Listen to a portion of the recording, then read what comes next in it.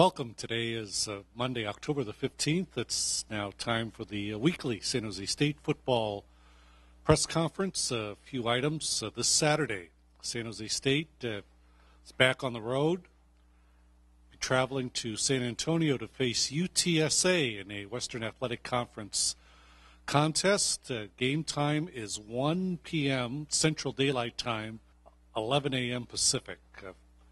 Game will be televised on ESPN3. Also heard on KLIV and the Spartan radio network. This Wednesday night, the Mike MacIntyre show will tape at tape at Original Joe's Restaurant at 6 p.m. with a playback later on that evening on the flagship radio station KLIV. Two news items. Number one, tight end Ryan Otten, for the second year in a row, is made it to the John Mackey Award midseason watch list. Ryan has been one of the more active tight ends in America the last few weeks, and actually among tight ends who have 4 more catches per game, he has the best yards per catch average among the 122 starting FBS tight ends. This Thursday night, at Arizona State University, San Jose State defensive line coach Jim Jeffcoat will be inducted into the Arizona State Ring of Honor. With his induction, there will only be 20 Arizona State football players who will have their name up on the Ring of Honor there in Sun Devil Stadium. So with that, let's bring in San Jose State football coach Mike MacIntyre.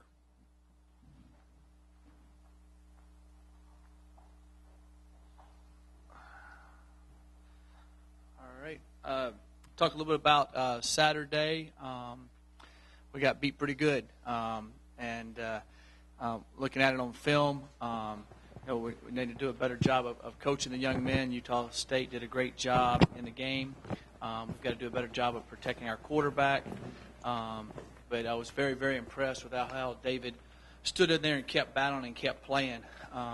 One positive note, we're the leading percentage pass completion team in America. Went ahead of West Virginia this Saturday. So that shows that we're very efficient at what we're doing. We're doing a good job there. And we had some more plays that could have been made if we just would have had a little bit more time a couple times. Defensively, we didn't do a very good job of containing Chucky Keaton. We knew that he could run around and do some things. We need to do a better job of getting a scheme to be able to do that. And then we had a couple minor mistakes on a couple of long runs with number 25, Kern Williams' speed. If you're off a little bit, as it showed, that was so you were just off a little bit there. Made some big plays for them. So we'll rebound and get ready to go play UTSA. We think they're a very good football team. I don't even know if they've lost at home the whole time they played. I know this year they haven't. I don't know how many they lost last year at home. They got a great home atmosphere. They play in the Alamo Dome. There'll be about 40 or 50,000 people in there to be loud and exciting. They're playing really good ball. Their quarterback, Eric Sosa, is very athletic and can run around and do some things. They're a very good running football team, very precise passing team, have made some big plays in the passing game, but they love to run the football and have done a good job at that. They had a tough loss to Rice. They were right in the game, had some opportunities and didn't get it done. So it'll be a great task for us to go down there and play in San Antonio. So we're looking forward to it and looking forward to bouncing back this week. Any questions? When you look back at the film, what do you see as being the problem that created all those sacks with it? Well, I think one of the problems was we couldn't stop them on defense. So we got behind and we had to throw all the time. And when you know you're going to throw all the time and you're kind of one-dimensional, that lets them kind of do some exotic schemes, so to speak. That enabled them to get we busted a few things. And then on a few of them, they were able they just beat us, which we knew they had a good D-line. We thought that might be a possibility every once in a while. And then they had a couple, coverage sacks. We were trying to hold the ball and get it downfield, that type of thing. But I thought, that the kids battled extremely hard, and those are some things that we can correct. They had a nose guard that I think is the best nose guard in our league. And he was hard to handle one-on-one, and he made a few plays, and he drew a couple double teams because the guys couldn't get off and some other guys came free. So I think it was their personnel, and I do think it was their scheme, and I was thinking it was not just the offensive line of the offense. On defense, we didn't do our end of the bargain either, and they both feed off of each other. That's one of my things my kids were telling me. Every time the offense wouldn't score, the defense would stop them. And then if the offense didn't move the ball, we got scored on defense. So we need to make sure we keep our momentum up all the time. Are there any advantages you take away from playing Utah State first of all the WAC games this season? Well, I think that, they're one of the very best teams in the league, I thought, coming back. And I knew that they had some explosive players. I knew they had a good defensive front. And I thought we definitely could beat them. And hopefully, when we play them next year, we will. But it was one of those days where we kind of got off to a bad start and then started having to play catch up. And they made some plays with their feet. And there was a couple calls that we made on defense that were very, very good calls, and they had perfect calls into them. It was just kind of one of those type of things where you say, "Oh, I hope this doesn't happen," and it happened. And sometimes that happens in a game.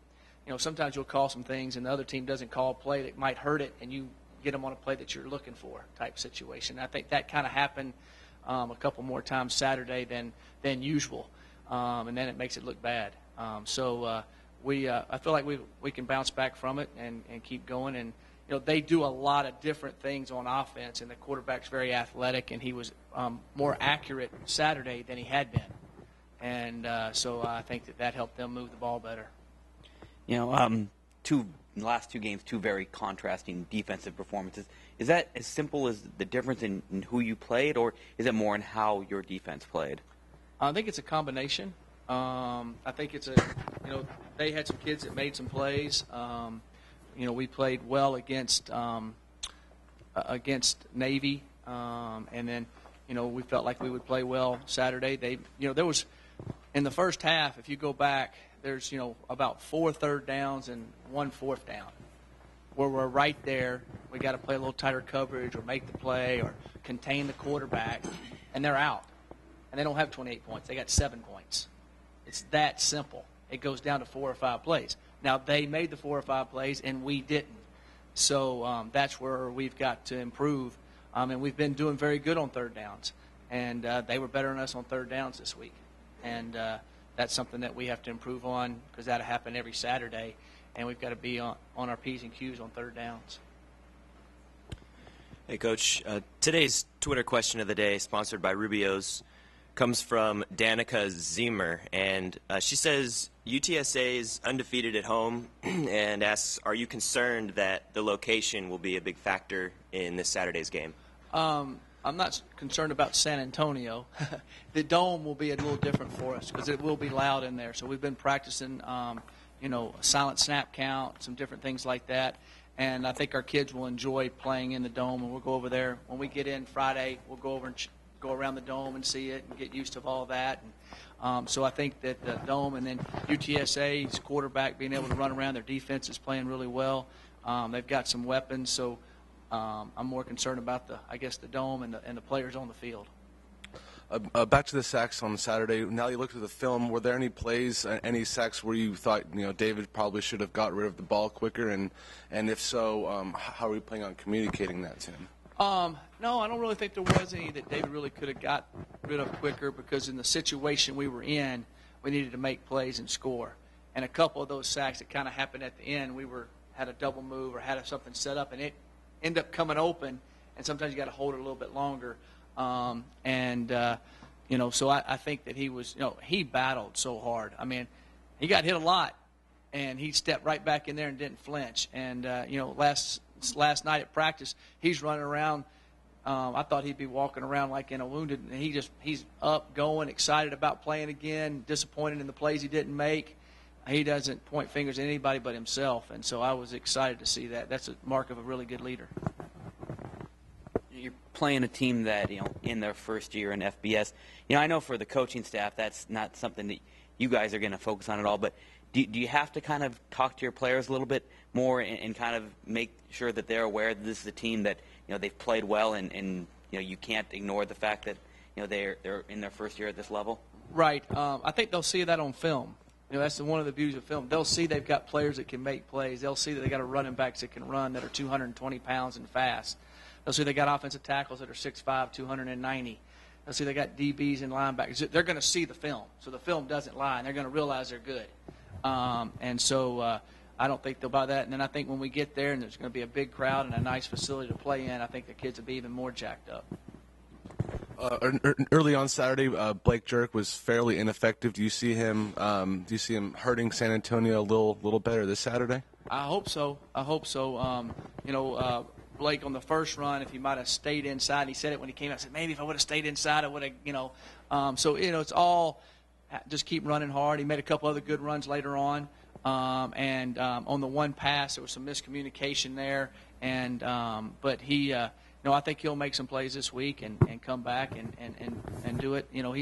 He's a very good player, and sometimes it doesn't go your way always. But I think he had a couple good runs, and a couple of them that he said he could have maybe read it a little bit different. But that's all part of the game.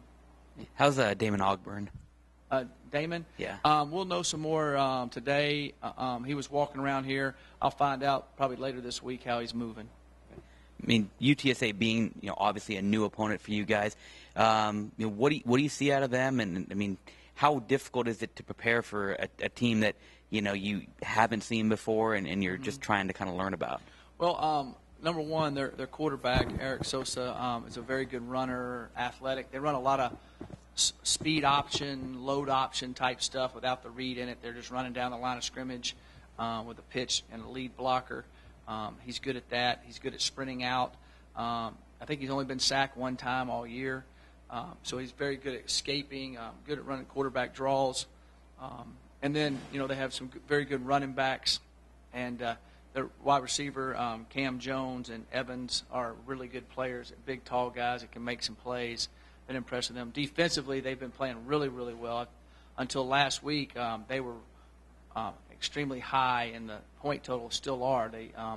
I think they were in the top 15 in points per game given up, kind of like Utah State going into last week. So they're playing really good on defense and playing hard. And, Coach Coker won a national championship. He went undefeated. I think he won 18 games in a row before he ever lost a football game. He knows what he's doing. I think he's doing a phenomenal job there, and I would say he's doing one of the best jobs in the country with the way he's getting that team going in the right direction. They look like a very good football team.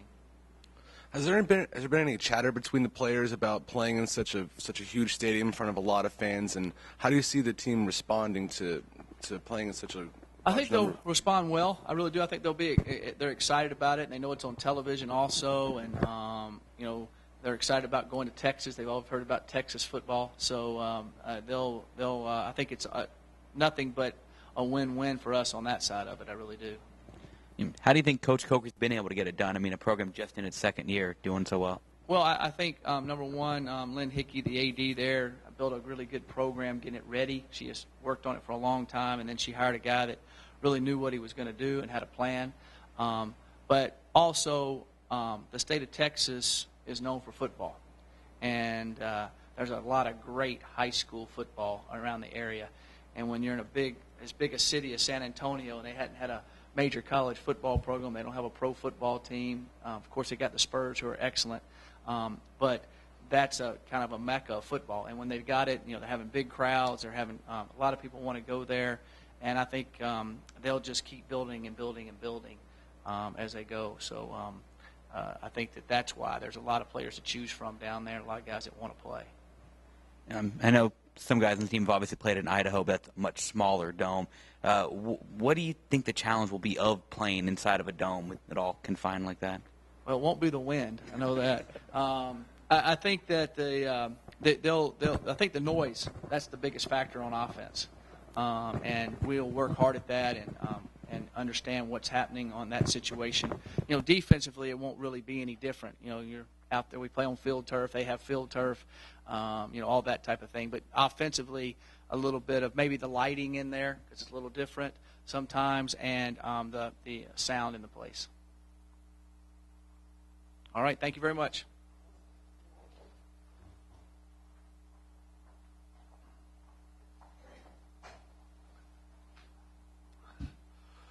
Well, that'll do it for this week. Again, as has been discussed earlier, a trip to a dome stadium. It'll be the fourth dome stadium for San Jose State, having played in the Astrodome, the Metrodome, the Kibbe Dome, and now the Alamo Dome. A reminder that, again, on Wednesday, the Mike MacIntyre Show tapes at Original Joe's at 6 p.m., with a playback later on that evening on KLIV. And Saturday's football game is at 1 p.m. in the Alamo Dome, 11 a.m. Pacific time. And again, besides the Spartan Radio Network, ESPN3 will provide coverage. Thanks again, and we'll be looking for you soon.